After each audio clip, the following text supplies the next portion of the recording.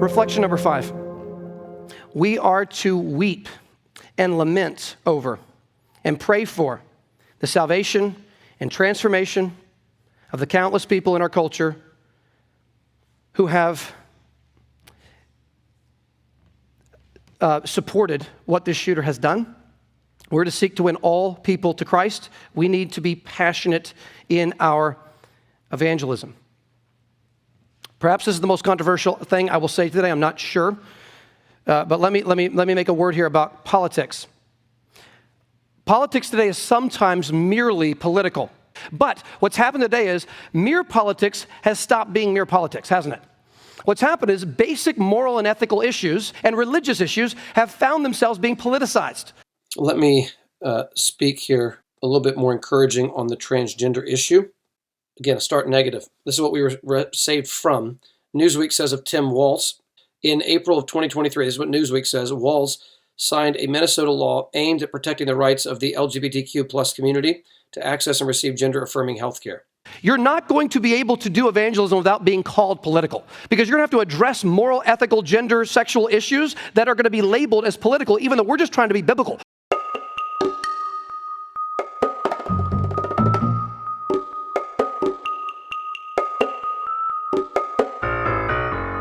We're just trying to talk about the truth. We're trying to talk about Genesis 1 and 2, and we're going to be named political. There's no escaping this. In our world, moral issues have become politicized, and therefore there's no way to do evangelism without being called political. Which may include a range of medical procedures and care such as surgery and puberty blockers. It also states that if a child has been abandoned or their safety is at risk or they are unable to obtain gender-affirming care, the court of this state has temporary emergency jurisdiction. One Christian writer at World Opinions says, quote, "This is a draconian measure that undermines parental authority. In Minnesota, refusing to provide puberty blockers and genital mutilation is now the legal equivalent of physically abusing a child. It is now grounds for the state to take emergency custody of children." The Lord mercifully spared us from that man being vice president. Now, conservative politics is not equal to the kingdom of God. You can be conservative in your politics and be headed towards a Christless eternity in hell. But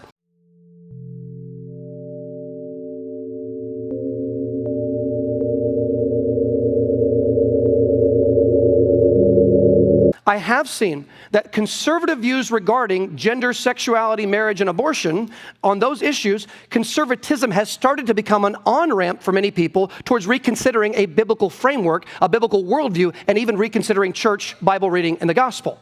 The 2024 Republican platform is generally good here. The Republican platform on this point says, quote, "Republicans will end left-wing gender insanity.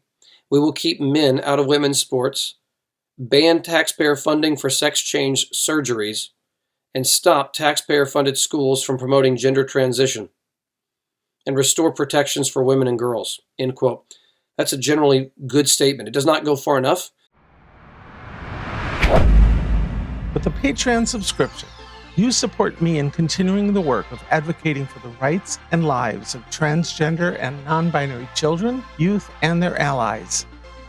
Thank you for watching and hopefully subscribing.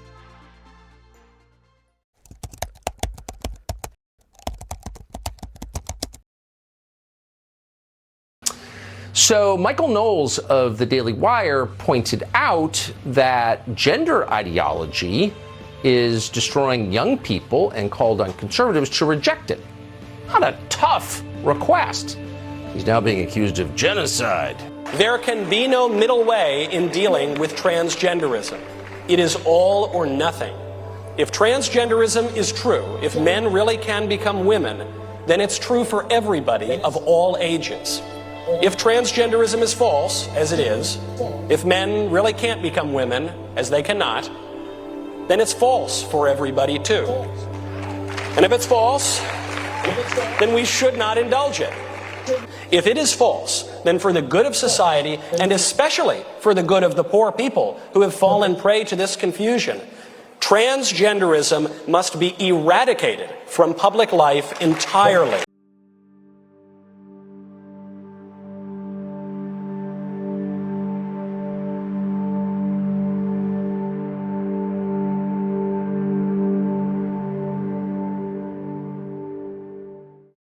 A court of this state has temporary emergency jurisdiction if the child is present in this state and the child has been unable to obtain gender-affirming health care. This is unbelievably wicked. So as people are moving away from a pro-LGBT, pro-woke, pro-abortion mindset towards political politics, they're starting to wonder, how do I ground these basic issues of gender and humanity and male and female? Where do I find a grounding for this? First of all, he only covers 2 verses in this entire homily. And if you read the homily in advance, you know that he's very hard on us.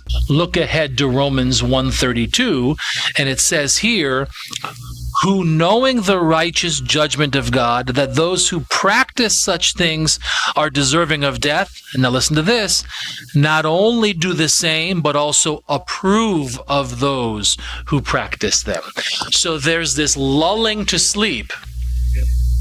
And that's one of the reasons why this particular topic is so difficult in today's contemporary society, because as Christians, as Orthodox Christians, we have an acceptable moral position. This is not politics. This is profoundly basic moral issues.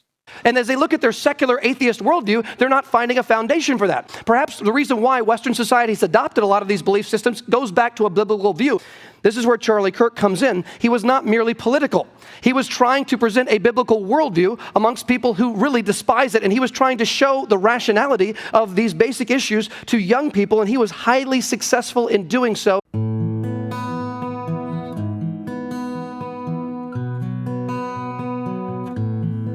Why was there not a trans suicide issue in the 90s?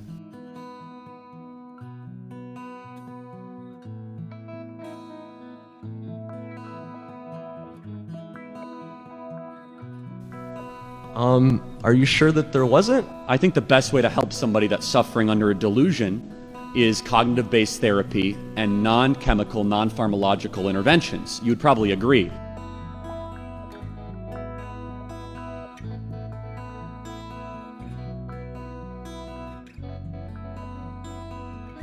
So after 6 years, there's a big thing called transition regret.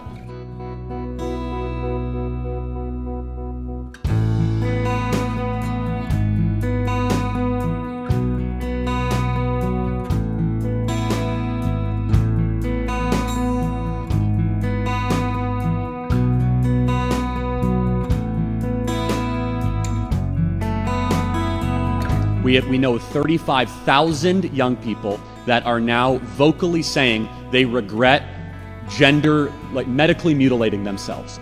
And let me just kind of reemphasize this, which I think is the question. Let me actually ask you this. Is there an age that's too young in your opinion? If a 6-year-old says, I think I'm a boy, do you think it might be too young to do surgery on them?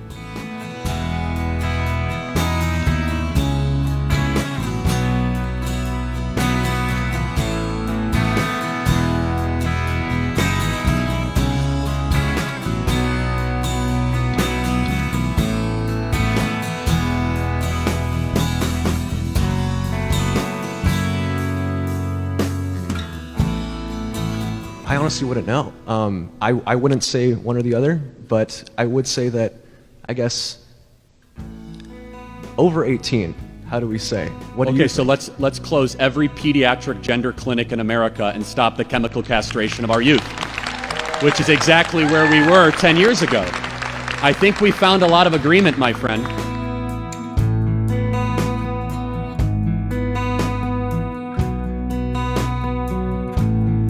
Abigail Dodds writes this: in his short 31-year life, Charlie was doing the work of an evangelist, an apologist, a pastor, and a prophet under the guise of political engagement. Here's what the 2024 Republican platform says. Again, not perfect. To protect religious liberty, Republicans support a new federal task force on fighting anti-Christian bias that will investigate all forms of illegal discrimination, harassment, and persecution against Christians in America. The only explanation as to why we have gross immorality and such social perversion in the United States today is because Christians have retreated from their God-given responsibilities. They have not resisted Satan sufficiently. They have not consistently stood for biblical principles. They have surrendered self-government for welfare government. You see, government is the flow of power and force. When government is in the hands of godly men, it is good, but in the hands of all others, it is evil. They want to use government funding to take children away from their homes. At least that's what Tim Walz legislated in Minnesota, so that the government can pay for gender mutilation and surgeries. They are for transgenderism. Stephen Wellum, professor at Southern Seminary, says this, quote, "Christians must stand for what is right. Let me lay my cards on the table. I cannot vote for the Democrat Party, given that they stand for the destruction of human life, marriage, the family, wealth, and basically all things biblical." Joe Rigney says this, quote, "If you are a Christian who has been vocally never Trump, if you're a Christian who's been vocally never Trump, are you equally vocal about being never Democrat?"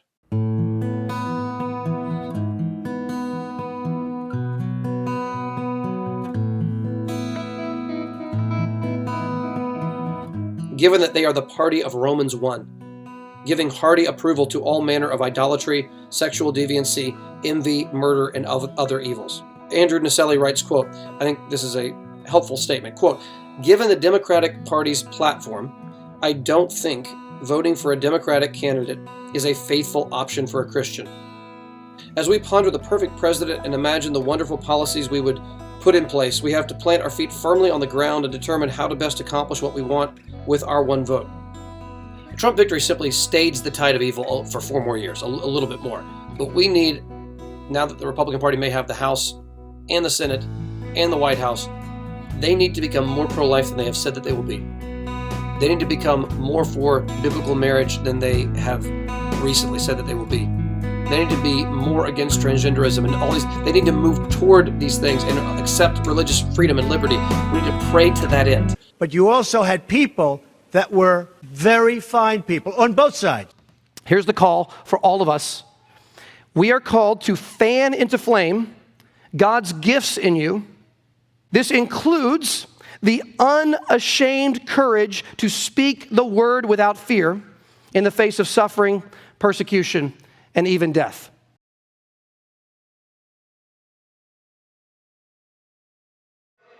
For those of you who struggle with the word sin, it's real simple. It's an archer's term.